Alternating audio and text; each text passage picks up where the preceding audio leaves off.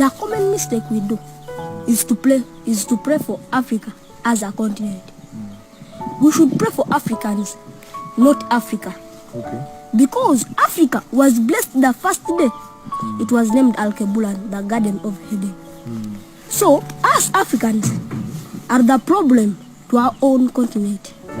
So we should pray for Africans, not Africa, because Africa was blessed the first day. Yes.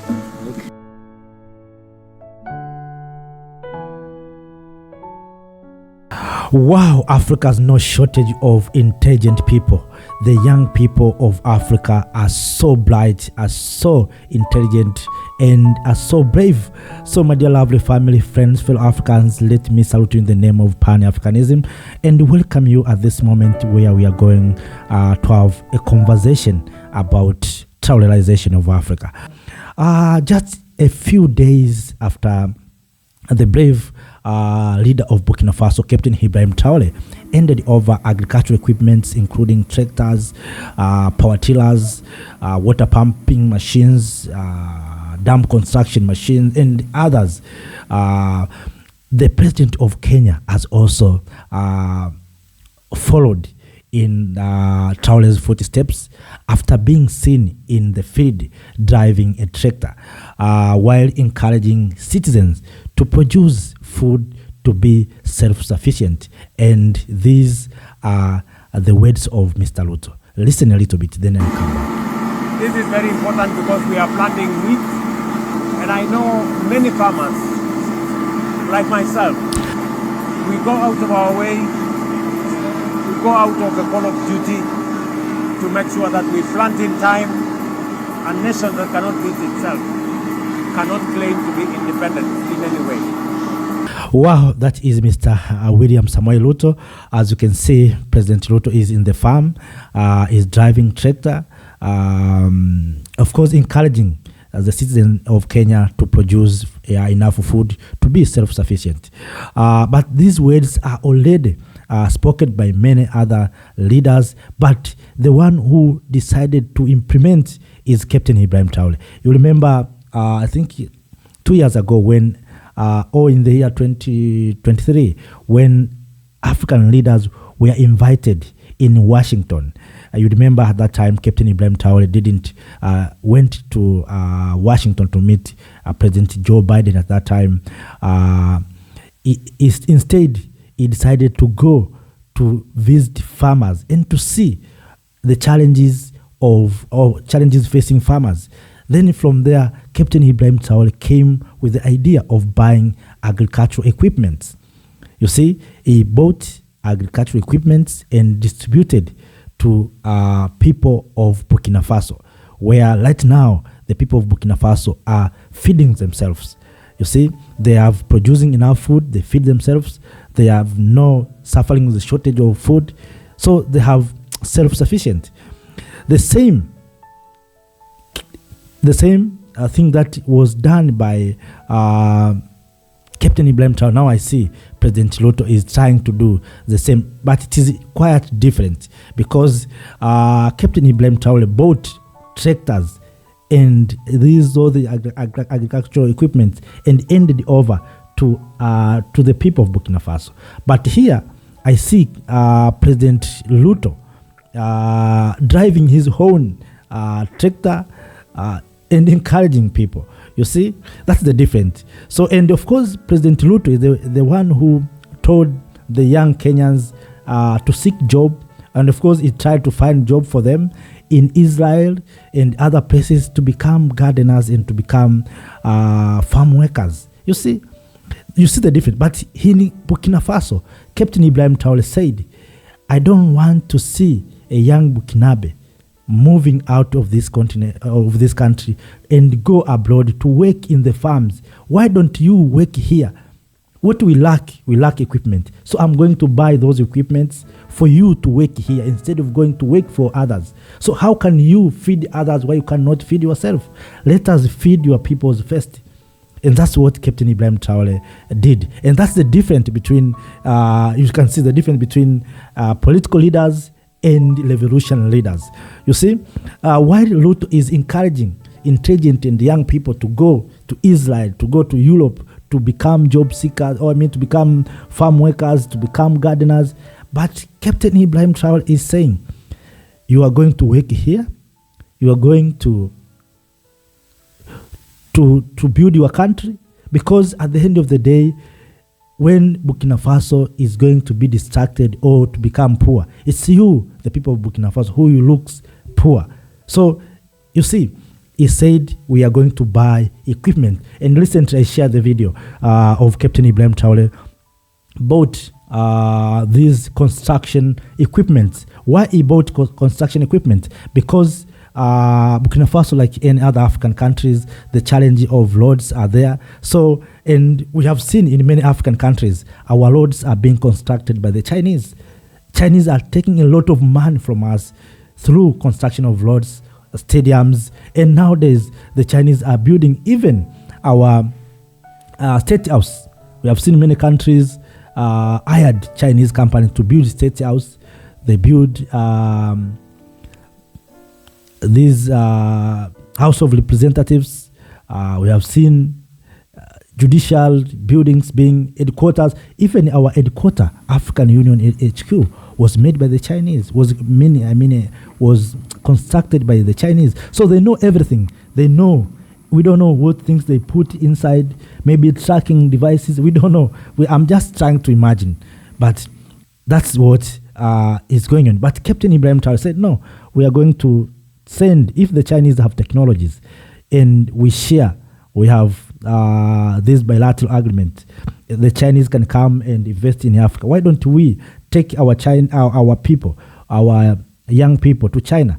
Captain Ibrahim Traoré took more than 1,500 young Burkinabe to China to learn construction engineering knowledge, to acquire the knowledge of road construction and other technologies. Then after that, he bought these construction equipment. It means those young people who are coming back from China, they will work in Burkinabe. The tools are there, equipment are there. Is for them to start implementing the knowledge. And I wish other Africans who are outside there, who have knowledge, the problem that we have, for instance, if you go, many Africans, when they get the opportunity to go America, they will not come back. They will become asylum seekers. They will become refugees. They will try to do everything for them to remain. The same to Europe. Many of our young people have learning from this continent to Europe because the environment here is not conducive. We are not creating good environment for them to hire themselves. And that's why we are talking about Traoreization of Africa. Traoreization, it means we need the idea of Captain Ibrahim Traoré to be induced to other Africans, especially our leaders, to create jobs for our young men and women, to create opportunity, not to encourage. There's a difference between encouraging and creating opportunities. If you create opportunities, people, they don't need encouragement. They don't need motivation. Automatically, they will engage themselves. People, if they see opportunities, they will start working to those opportunities. So Africans, especially young people, they don't need favor. I was asking myself why we find that we have this minister or ministry of young people or ministry of youth. Do you think youth need favor from old politicians? They use themselves. They can do anything. They don't need favor. They're so powerful. They're so intelligent. They need opportunities. Create environment. Create opportunities. Automatically, they don't need favor. They will go and take those opportunities. And that's why you see this young leader of Burkina Faso, Captain Ibrahim Traoré, has shown and shocked old leaders that young people can change or can bring changes, can build a country. And to prove, you have seen what happened in Burkina Faso. Right now, industries are being built. You have witnessed yourself how many industries have been inaugurated in Burkina Faso. Roads have been construction in Burkina Faso. You have seen. Now Burkina Faso is going to build army industries. So Burkina Faso want to produce their own ammunition. Of course, we know Ethiopia has started that journey, and now Ethiopia is producing ammunition, drones. That's a good move. But Burkina Faso right now is going to do the same Ethiopia has done. You see, Burkina Faso is feeding itself right now. They have sufficient wheat and other products. We have seen the tomato processing plant being inaugurated in Burkina Faso. Wheat processing plant was inaugurated. So it looks that young people they think beyond. They think beyond, and we need to create environment for young people, not to encourage them, not to create ministers for them to have favor. Young people in this continent, they don't need favor. As I started in the beginning of this video, you see that young boy, how he's so visionary.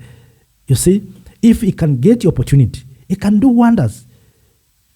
So let us now back to President Ruto. So President Ruto, I think he must encourage, while he's creating environment for young Kenyans, Gen Z, to have access to these equipments.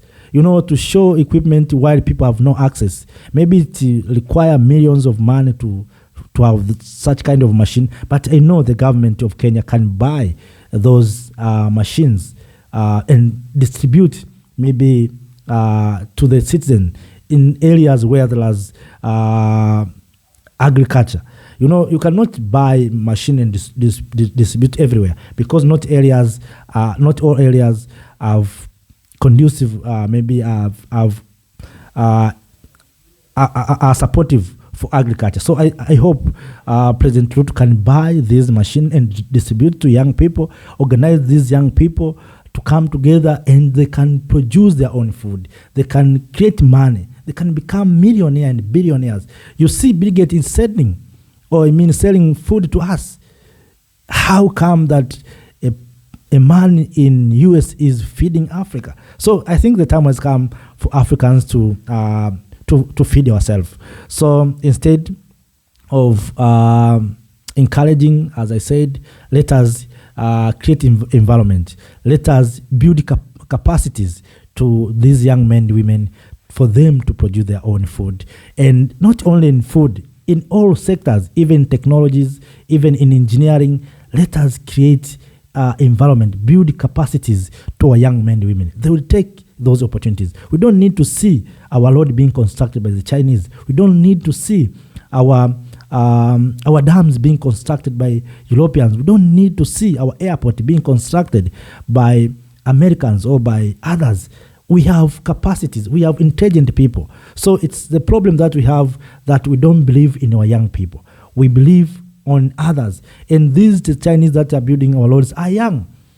So here you see President Ruto is encouraging farmers, but is not creating environment for young people, for farmers to produce enough food. You know, to talk is very easy, but to implement is very difficult.